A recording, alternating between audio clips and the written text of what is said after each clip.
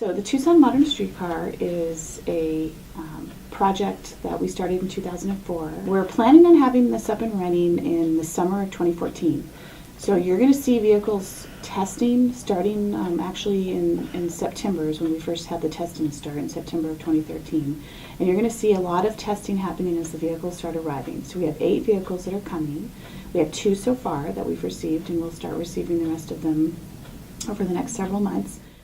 But little does Shelley know that the construction from the Tucson streetcar has caused businesses many financial problems. Delectables is one of the restaurants on 4th Avenue that has struggled to get customers since the construction has blocked off sections of the street. Donna DiFiore sheds light on her restaurant's difficulties. We could not get across the street. It literally took us about 7 to 10 minutes to walk all the way down to 6th Street, go across, and come back up. But quite frankly, the worst of it was we ate so much dirt, and the majority of the buildings on the street are like from turn of the century, 1898, 1899, up through like the 40s and 50s. And all of my air conditioning, my hood cleaning, everything was like drenched in dirt and dust, and it was very expensive through that period of time to keep cleaning them. So there were a lot of extra expenses that both Granite and the city didn't reimburse on and didn't even help us with.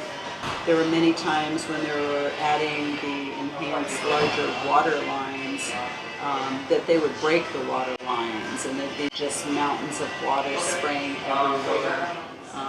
Our sales for a period of 6+ months were down 60%. Laura Cano is one of the bicyclists that have been very frustrated by all the construction. This is her view on the Tucson Modern Streetcar. Well, I feel like it is a very huge waste of money. So far, it's caused several businesses downtown to shut down completely, and has caused them a lot of strife, especially this summer.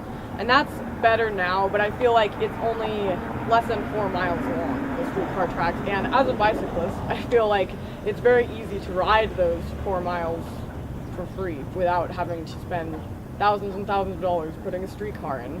I feel also like it crowds up the road and generally is kind of a nuisance. I want to ride it one time, but I definitely don't want to make a habit of it, just because I've had to deal with the construction and all the hassles for so long that I want to see like if it was really worth it. But of course, I'm sure it's not. So I'm still going to stick with my bike. Richard Martinez is a driver for Centennial. He drives performers to and from the hall and also down 4th Avenue and many places downtown. The construction has caused a lot of frustration because he is not able to easily go downtown or 4th Avenue or get to Centennial Hall for that matter. This is his take on the Tucson Modern Streetcar. Well, I feel that it is not a very smart idea to have the streetcar here. And the length that it runs is just not smart. It's wasted $196 million of the city, and I feel like it will not bring $196 million back to the city. Well, during the construction, we were not able to access Park Avenue, 2nd Street, University Boulevard, 4th Avenue, and some parts of downtown. And sometimes we have to go we rent out the Fox Theater or the Rialto Theater to do our shows there because the artists would prefer to go there. And it's a complete hassle just trying to travel down there with all the construction, and so we would have to leave much earlier just to get there and sit in traffic and move along. It would be fun to ride once. Well, there definitely are a bunch of new restaurants that just came in this year, some of which are very excellent. And I do think that more college students will be more inclined to go downtown if the streetcar takes them there. So I think that could be beneficial. So I think the flexibility that allows us pretty much turns us into like a cosmopolitan center all of a sudden, where we can have diverse moments in, like, say, one evening.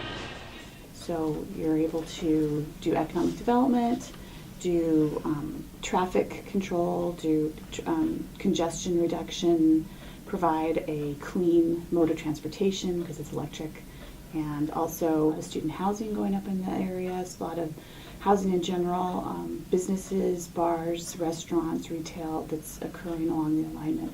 So that's one of our goals is bringing our downtown back to life. So immediately, a healthy downtown is a healthy city, and so the city of Tucson will definitely benefit from that.